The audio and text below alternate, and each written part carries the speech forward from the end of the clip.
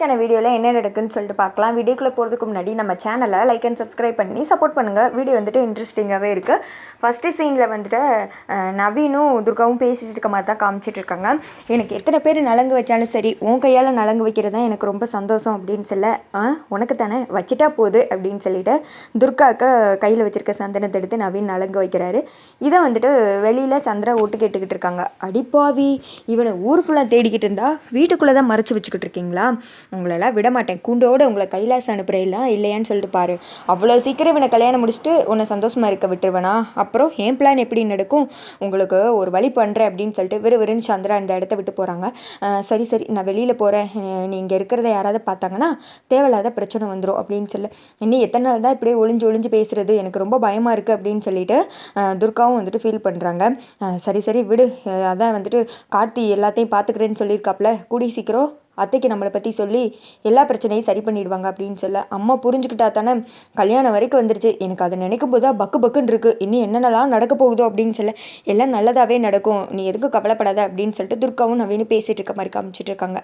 அதே சமயத்தில் அங்கிட்டு வந்துட்டு சந்திரா வெளியில் போனாங்கல்ல, யாருக்கும் வந்துட்டு ஃபோன் பண்ணுறாங்க. யாருன்னு பார்த்தா போலீஸ்க்கு தான். ஹலோ போலீஸ் ஸ்டேஷனா, நீங்கள் நவீன் ஒருத்தன் தேடிட்டு இருக்கீங்களா?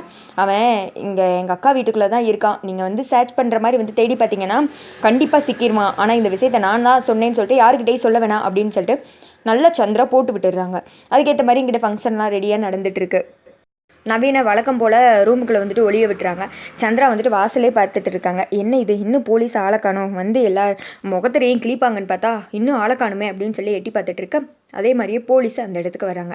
அதை பார்த்தது சந்திராவுக்கு தாங்க முடியல. அக்கா இன்னும் கொஞ்ச நேரம் பொறு, உன் செல்ல மக என்ன பண்ணுறேன்னு இப்போ உனக்கு தெரிய போகுது பாரு, இன்னும் எவ்வளோ நாள் இவளை நீ நம்பிட்டு இருக்க போறியோ தெரியல, ஆனால் நான் இருக்கிற வரைக்கும் அதெல்லாம் நடக்காது, உங்கள் எல்லாரோட சந்தோஷத்தை கெடுக்கிறது தான் என்னோட வேலை அப்படின்னு சொல்லிட்டு சந்திரா வில்லத்தனமாக யோசிச்சுட்டு இருக்க. போலீஸை பார்த்ததும் சாமுடி சரி வீட்டில் இருக்கவங்க எல்லாரும் ஷாக்காக போய் பார்த்துட்டு இருக்காங்க.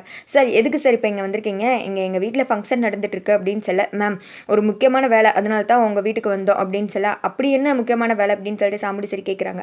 நாங்கள் தேடிட்டு இருக்கோம்ல இந்த நவீன், அவன் உங்கள் வீட்டில் தான் இருக்கிறதா எங்களுக்கு புகார் வந்திருக்கு அப்படின்னு சொல்ல, அதை கேட்டது கார்த்தி துர்கா எல்லாருமே ரொம்ப ஷாக் ஆயிடுறாங்க. என்ன சார் சொல்கிறீங்க, அவன் எதுக்கு எங்கள் வீட்டில் இருக்க போகிறான், நான் தான் அவனை வீட்டை விட்டு துரத்தி அடிச்சிட்டேனே, அதுக்கெல்லாம் வாய்ப்பே கிடையாது, இங்கே ஃபங்க்ஷன் நடந்துட்டு இருக்கு, தொல்லைப்ப நம்ம போங்க அப்படின்னு சொல்லிட்டு சாமுடி சரி சொல்கிறாங்க.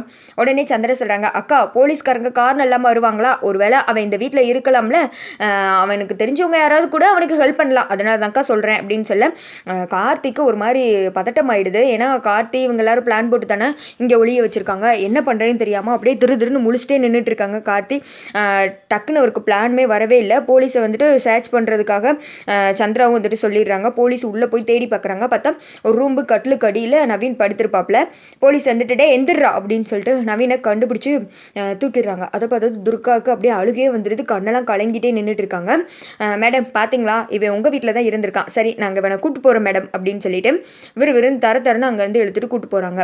இதை பார்த்தது சந்திரா பயங்கரமாக சிரிக்கிறாங்க. என்னெல்லாம் ஆட்டம் ஆடினீங்க, எப்படி என்ன மீறி துர்காவுக்கு இவனை கல்யாணம் பண்ணி முடிச்சிருவியா, டிரைவர் பையில உன்னே நான் இந்த வீட்டை விட்டு துரத்த போகிறேன் இப்போ பார்த்தல அப்படின்னு சொல்லிட்டு அப்படியே நக்கலாக பேசிக்கிட்டு இருக்க. இங்கிட்ட துர்காவுக்கு கஷ்டமாக போயிடுது. அப்படியே அழுதுகிட்டே நவீன் போகிறத பார்த்துட்டு இருக்க. சார் என்னை விடுங்க சார் அப்படின்னு சொல்லிட்டு நவீன் சொல்ல, ஆனால் தரன்னு இழுத்துட்டு போயிடறாங்க. எனக்கு இங்கே என்ன நடக்குன்னு ஒன்றுமே புரியவே இல்லை.